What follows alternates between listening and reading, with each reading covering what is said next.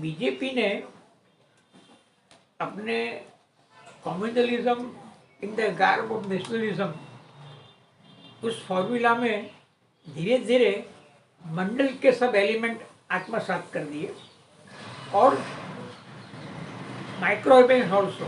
आप दलित है तो दलित में भी कोई सब कास्ट है। जैसे यूपी के चुनाव में ये योगी का उदय हुआ तो उस पर चुनाव में वो जाटव निषाद सबका ख्याल रख के एक स्ट्रेटेजी बनाई थी। यानी एक मेगा अपील हिंदुत्व के नाम से करना, हिंदुत्व को नेशनलिज्म को सेल करना, और वाइल डिस्ट्रीब्यूटिंग टिकट्स आप you take care of all the sub caste. अच्छा, और ये तो बिल्कुल आप देखिए गुजरात में पिछले चुनाव में BJP because of this Patel आंदोलन, ये बिल्कुल और भी कारण थे, ये हार की कगार पर आ गई थी और नॉट दैट एग्जैक्टली हार बट 99 सीट पर आकर रुक गए थे। और फिर सूरत में आम आदमी पार्टी को कॉरपोरेशन में जिस प्रकार से प्रवेश मिला, पटेल आंदोलन, इस बार ये जो पटेल आंदोलन वाले थे वो सब कहाँ गए? ऑलमोस्ट ऑल ऑफ देम ये सब बीजेपी के साथ गए। उनका एक ही ग्रह था कि आपने आनंदीबेन को हटाया और कोई और पटेल नहीं दिया। तो चुनाव की प्रतीक्षा करने तक नहीं रुके और यूं ही एक पटेल मुख्यमंत्री ला के रख दिया। ऑलमोस्ट ओवरनाइट भी नहीं, शायद एक आध घंटे पहले भी ये अपने भूपेंद्र भाई को पता चला होगा कि मैं मुख्यमंत्री हूँ या उधर जा रहा हूँ, अरे पता नहीं, one doesn't want it was at any case it was sudden and swift moment and in any case there was no deliberation in the party, it was all of a sudden like Houdini's box, उसमें से कुछ निकलता है और आ जाता है आपके सामने। तो ये किया। तो अगर ये हिसाब लगा के देखे तो इतनी सीट बढ़ने का कारण एक तो ऑब्वियस है कि एक कम्युनल कंसोलिडेशन की नेशनलिज्म के नाम में जो उनकी बात चलती है, और दूसरा they have imbibed all the Mandal tactics. ये उसके नेशनलिज्म में आप देखिए, Govindacharya given a good name social engineering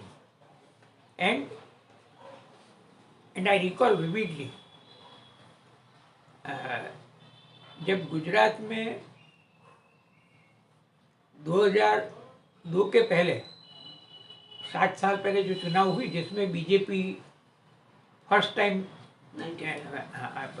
तो उस वक्त भी गोवा में कार्यकारिणी मीटिंग हुई थी। जैसे 2002 के अप्रैल में भी कार्यकारिणी गोवा में मिली थी बीजेपी की।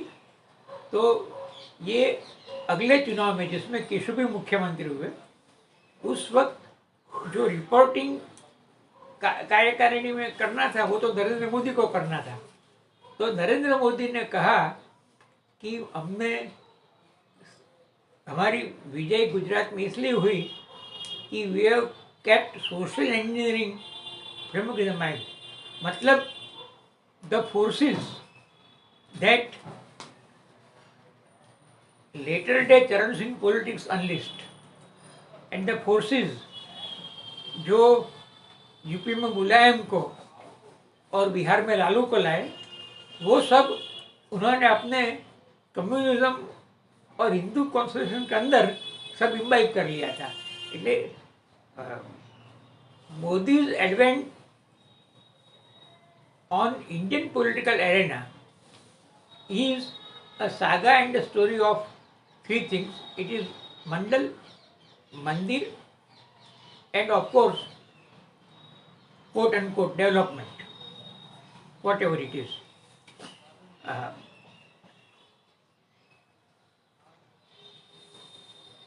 दूसरा, इस बार, अब मैं कांग्रेस के बारे में भी कुछ ज़्यादा कमेंट नहीं करूँगा। दो कारण है। एक तो गुजरात में रहता हूँ और जन्म से जैन हूँ, तो एक जीव दया भी रखता हूँ।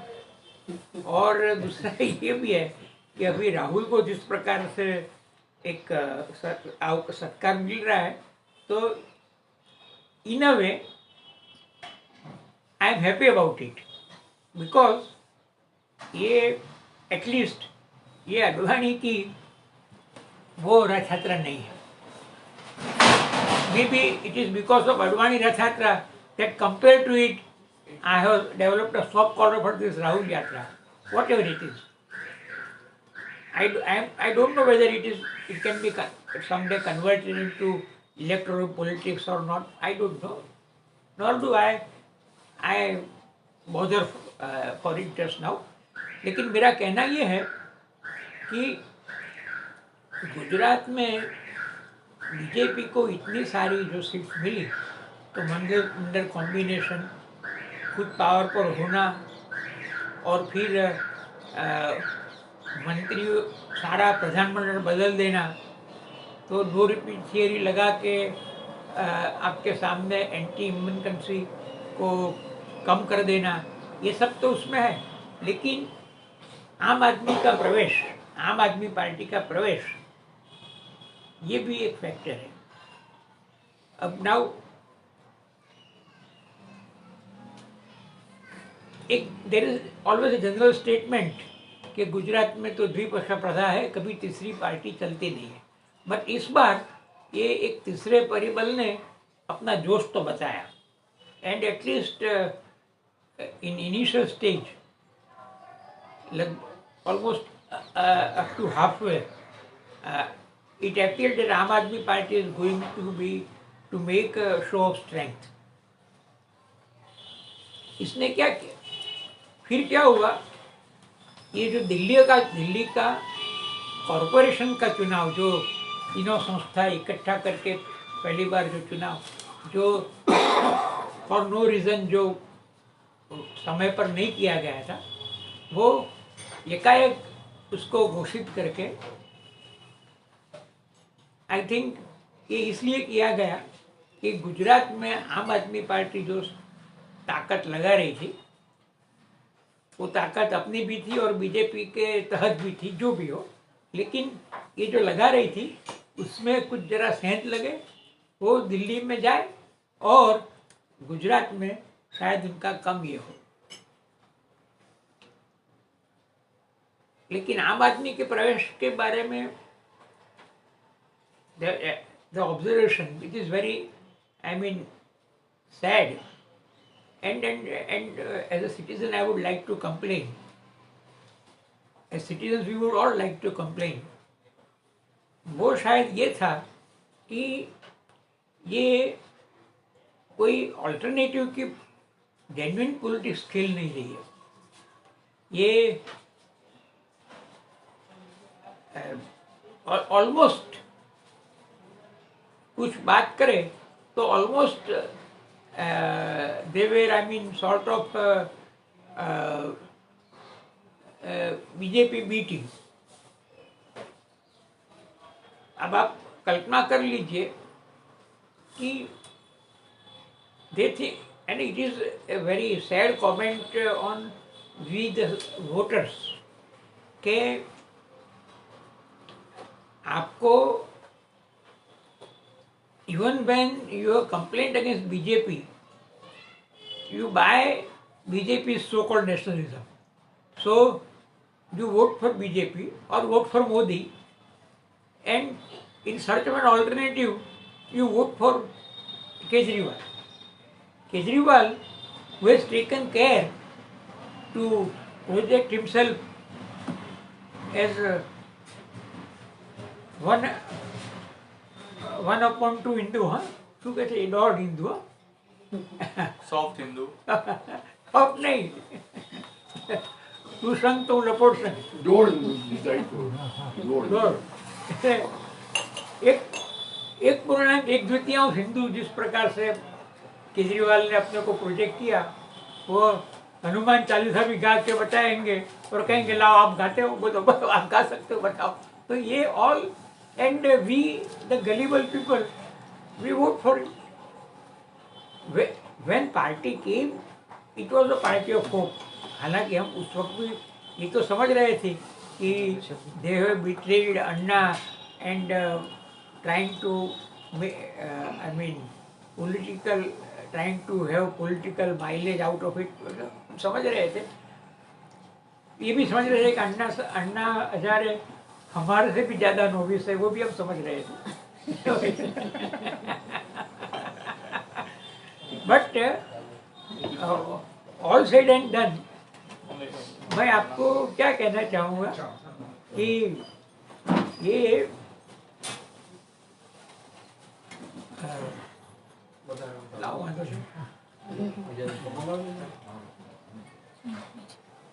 तो मैं आपको ये बता रहा था कि आम आदमी play a sort of facilitator for BJP.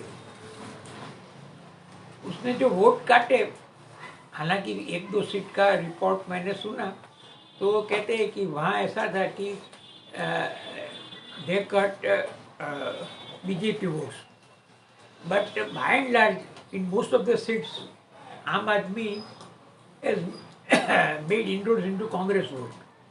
So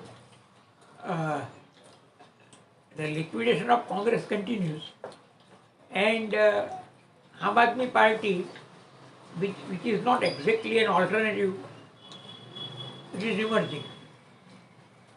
आम आदमी पार्टी, हालांकि ये it plays a bit better politics than Mayawati's party in Gujarat. पिछले सब चुनाव में मायावती बहन की पार्टियां गुजरात में लड़ती थी, तो it was almost finance by BJP. और वंस हाँ इवन टुडे. तो ये तो इसका कोई मतलब नहीं है. तो गुजरात में तीसरा फोर्स चलेगा कि नहीं, ये हम कहते हैं, लेकिन हम ये नहीं समझते हैं कि ये जो तीसरा है वो असल में तीसरा नहीं है. यानी वेल हाँ यस सर, लाइक आपको नहीं था कि आम आदमी पार्टी इसका डिफेंस मैकेनिज्म था कि उनके ऊपर एंटी नेशनल और एंटी हिंदू के एलिगेशन से उससे वो अपने आप को डिफेंड कर रहे थे, ऐसा मान सकते हैं? हाँ बिल्कुल, वो डिफेंड करने एक आम आदमी पार्टी पर कोई एंटी हिंदू की टीका होती ही नहीं थी, लेकिन ये अपने को हिंदू प्रोजेक्ट करने लगे, पॉलिटिकल हिंदू ज़्यादा प्रोजेक्ट करने लगे. अच्छा, टिकट पर ये रिजर्व बैंक नई नोट निकालेंगे तो उसमें लक्ष्मी और गणेश रखेंगे. जन्माष्टमी और वो सब कंस के बेटे हैं. तो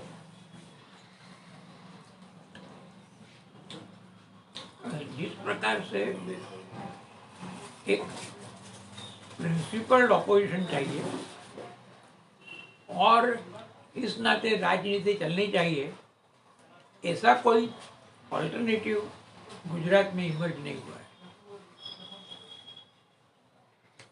लेकिन ये आम आदमी पार्टी का एक वोट कटवा जो रोल है,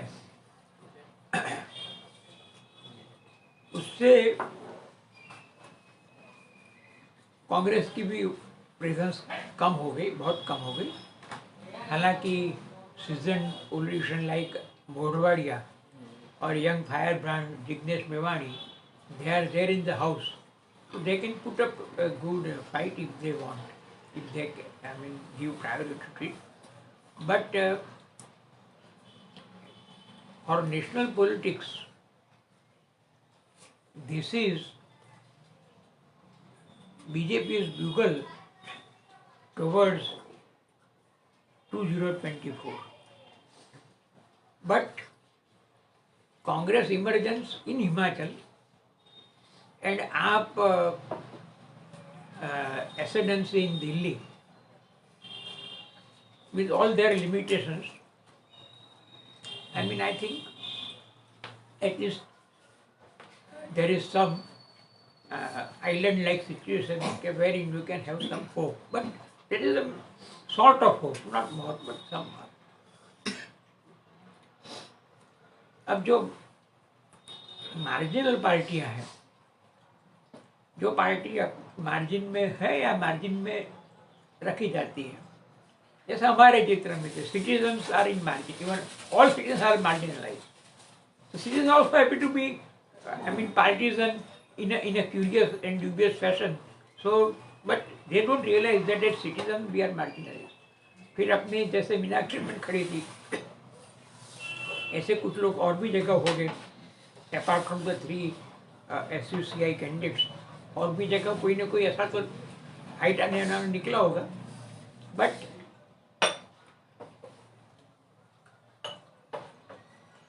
I don't look at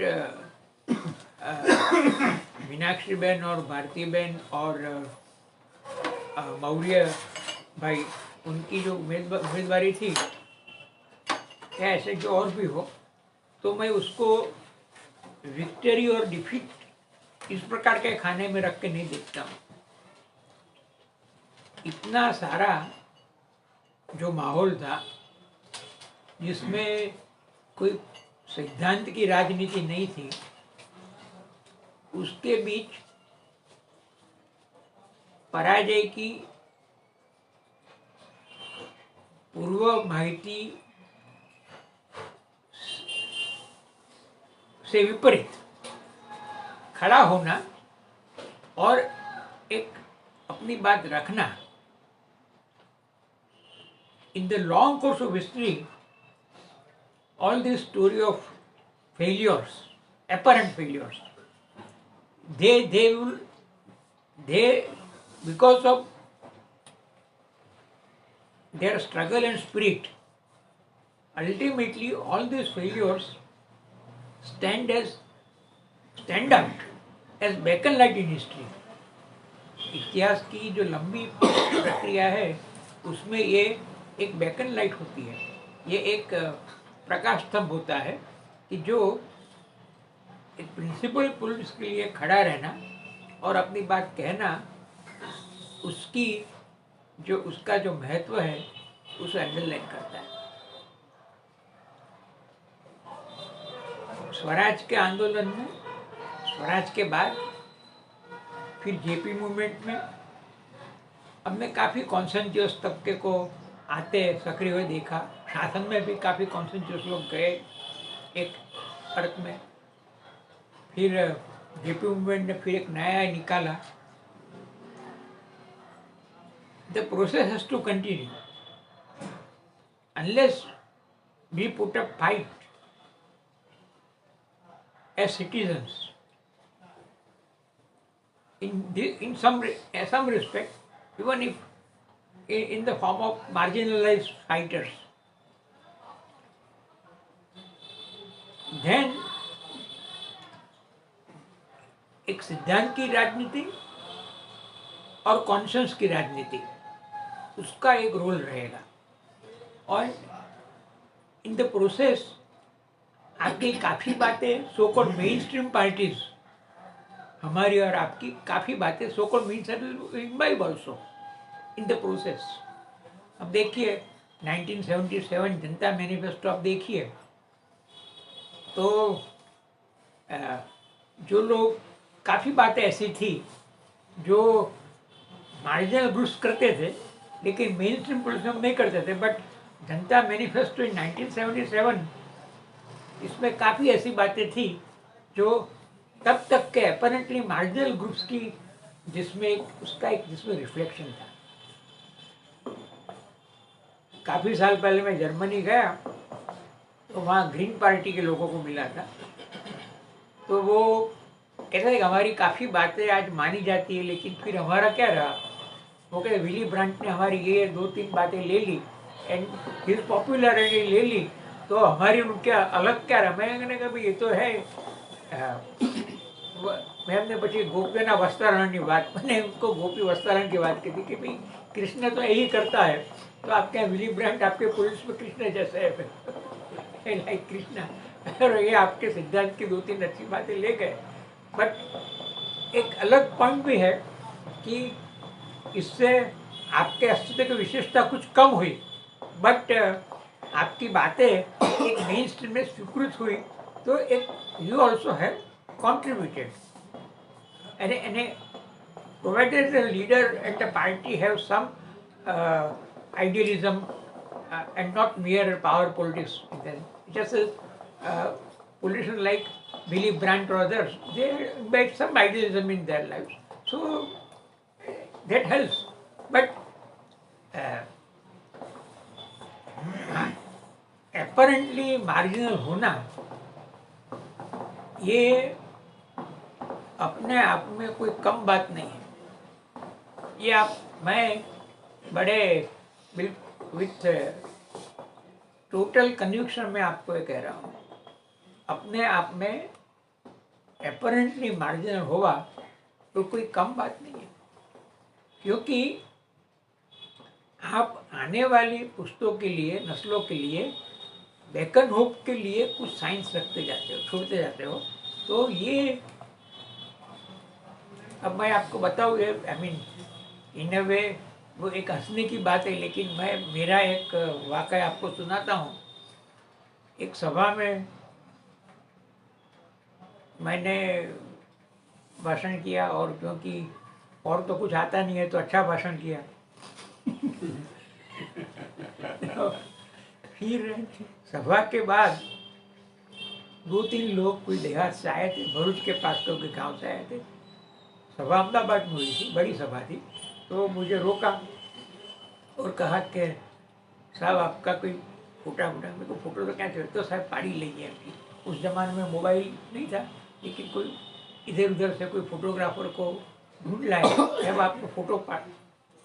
मैंने कहा भाई क्यों, इतना बड़ा क्या है? नहीं सर, ये आपने जो बातें की इतनी अच्छी है, ये मेरी लाइफ टाइम में, आपकी लाइफ टाइम में तो होगी नहीं, मेरी लाइफ टाइम में नहीं होगी, लेकिन मेरे बच्चों के लाइफ टाइम होगी। तो मैं आपका फोटो रखता जाऊंगा कि वो समझो आवा काकाओ मरी गया ત્યારે નવો ઠેકાણો પડી गया।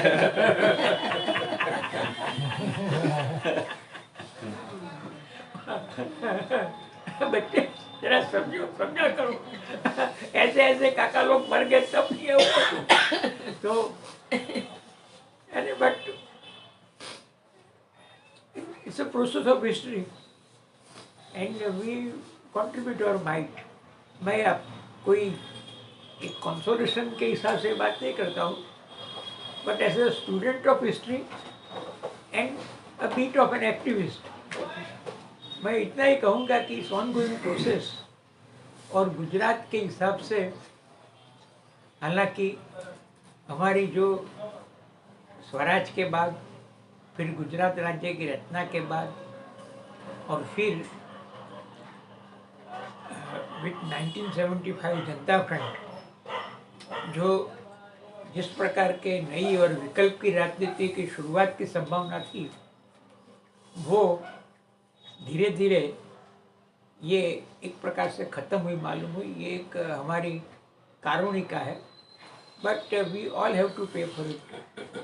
जो उस दिन मैंने, इफ़ यू रिकॉल, जब हमारे दीपावली मिलन में मैंने आपको अल्बर्टो मोरेविया की एक कहानी सुनाई थी, टू वीमेन करके, जो जिसकी फिल्म बनी थी, कि ये माँ और दीकरी दोनों ने आश्रय लिया है, सेकंड वॉर का समय है, आश्रय लिया है चर्च में।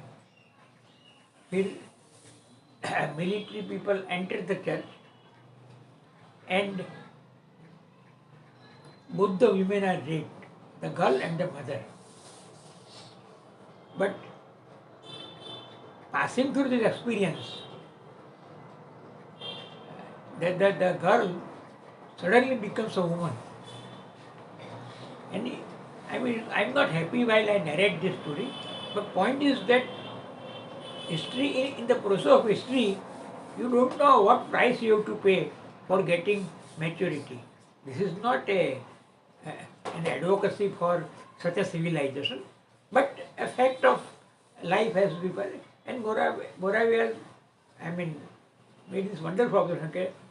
Suddenly, through woman, just as if you read Dr. Zhivago and come across Lara's character, so the way Komorowski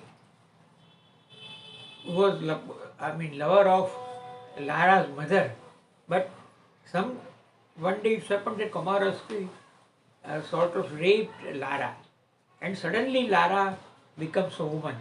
This is not a happy situation, but civilizations, culture, societies, we all have to pass through such struggle, and तो हमारे जैसे जो लोग हैं जो apparently main stream में नहीं है, वो sometimes with all our innocence and with all our idealism, we are making use of the established elements. We don't realize that establishment is using us. It may happen. Well, it may happen. But then what we try to do is in all earnest. हम एक पूरी निष्ठा के साथ एक नई बात हमारी समझ में, हमारे जहन में आई है तो करना चाहते हैं. In the process we are misused. In the process we are disused. And in the process we are abused.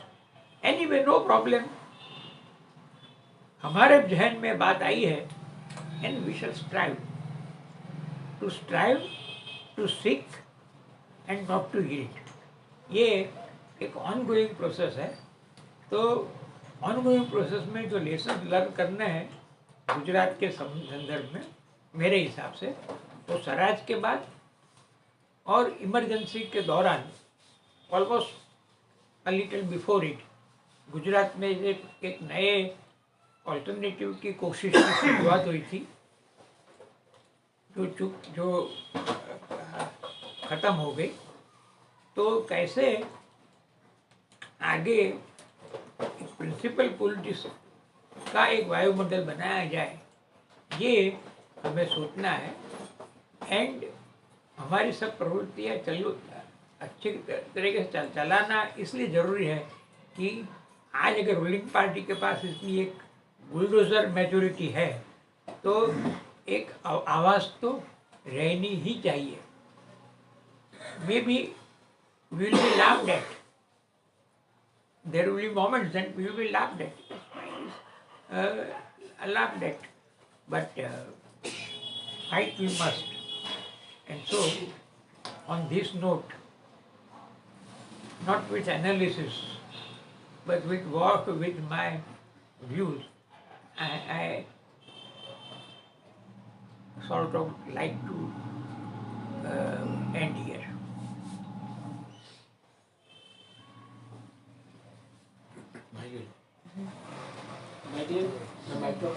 કાઢી નાખ્યું છે. મીનાક્ષીબેન આવતો. ના પૂરું નથી પણ 10મી એનાઉન્સમેન્ટ કરી દો ને દાદા. હા એક Meenakshi, something. You have been very thick of it. अच्छा आपको काढ़ी नाखी? हाँ, ये तो कर કાઢી દીધું. 10 ખબર નહીં ના ચાલ્યું એટલે મેં કાઢી નાખ્યું છે.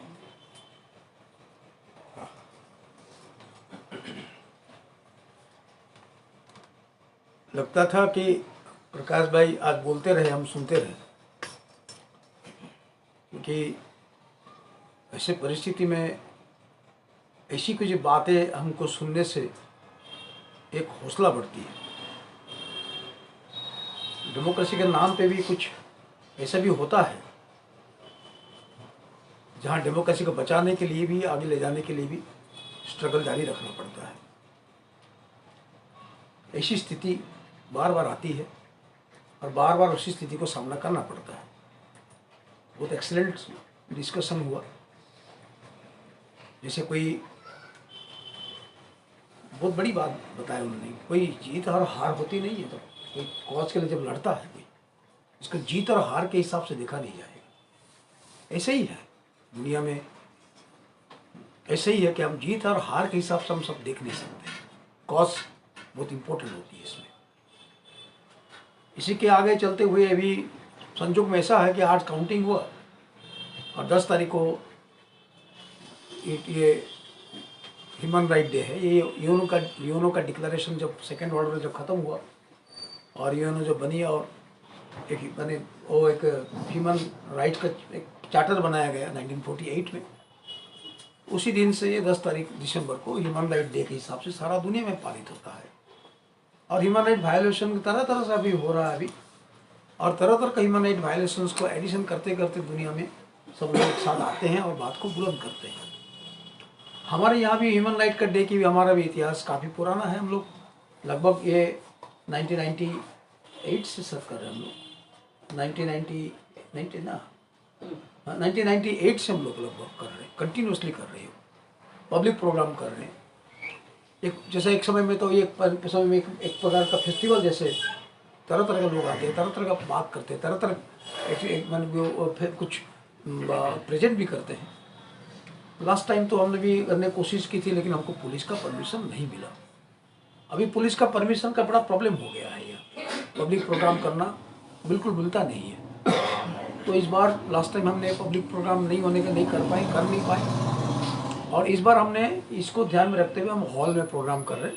सरदार स्मारक भवन जो लाल दरवाजा में हॉल है वही प्रोग्राम करेंगे और देखते हैं कि आने वाले दिनों में फिर से हम इसको एक पब्लिक प्रोग्राम के हिसाब से हम ले जाएंगे और बीच बीच में भी प्रोग्राम हम करेंगे।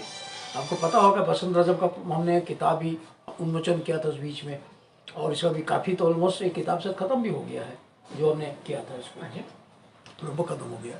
कुछ हो बचा होगा तो पता नहीं शायद उनको कुछ आगे जाके करना है तो रिप्रिंट करना पड़ेगा।